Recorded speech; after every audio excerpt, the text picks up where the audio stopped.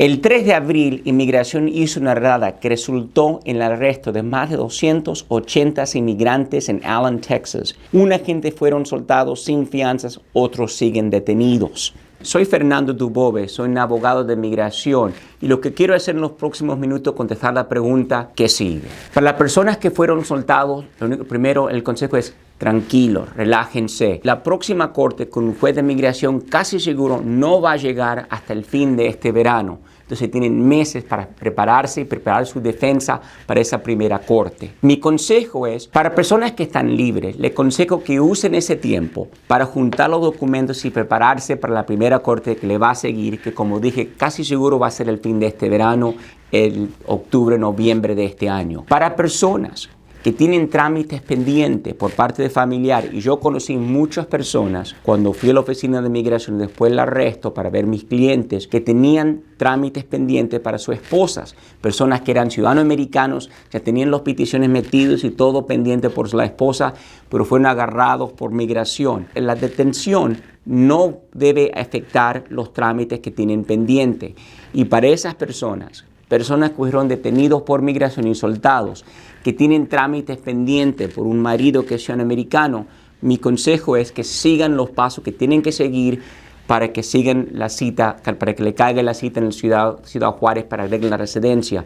Pero es muy importante que estén en comunicación con la corte, porque el trámite con la corte no le va a afectar el trámite que tienen pendiente con la cita con migración. Para personas que fueron soltados, que no tienen trámites pendientes, pero tienen 10 años en los Estados Unidos, esas personas califican para algo que se llama cancelación de deportación. En inglés es cancellation of removal. Eso aplica para personas que tienen 10 años en los Estados Unidos, que tienen hijos o esposo o mamá o papá que son residentes o ciudadanos y que tienen 10 años en los Estados Unidos sin delitos graves o delitos criminales graves. Para esas personas que fueron agarrados en el radio, que fueron arrestados y soltaron, migración porque no tienen delitos criminales, mi consejo es que aprovechen el tiempo antes que le cae la primera corte para juntar comprobantes que tienen 10 años en los Estados Unidos, los actas de nacimiento de los niños y que pongan sus impuestos en orden, porque esos son los documentos que te va a pedir el juez de inmigración si luchas por los 10 años. Para personas que tienen familias que siguen detenidos,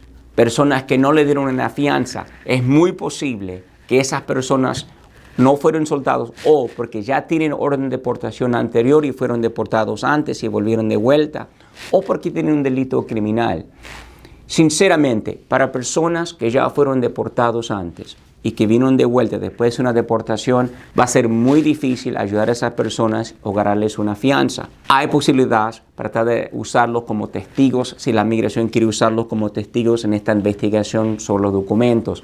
Pero para personas que ya tienen deportación anterior, que vinieron de vuelta, va a ser muy difícil para esas personas para que califiquen para una fianza. Ahora, para personas que no recibieron fianza por un delito criminal, si el delito no fue serio, para esas personas todavía pueden calificar para una fianza, todavía pueden calificar por los 10 años, también posiblemente pueden calificar para arreglar por parte de familias si están casados con un ciudadano residente. Para esas personas que no recibieron fianza, pero no tienen un delito grave y no fueron deportados antes, pidan una audiencia con el juez lo más rápido posible, específicamente para pedir que el juez de inmigración te dé una fianza. Todos tienen 2 oportunidades para una fianza. La primera vez es cuando te arresta migración, como hicieron el día del radeo.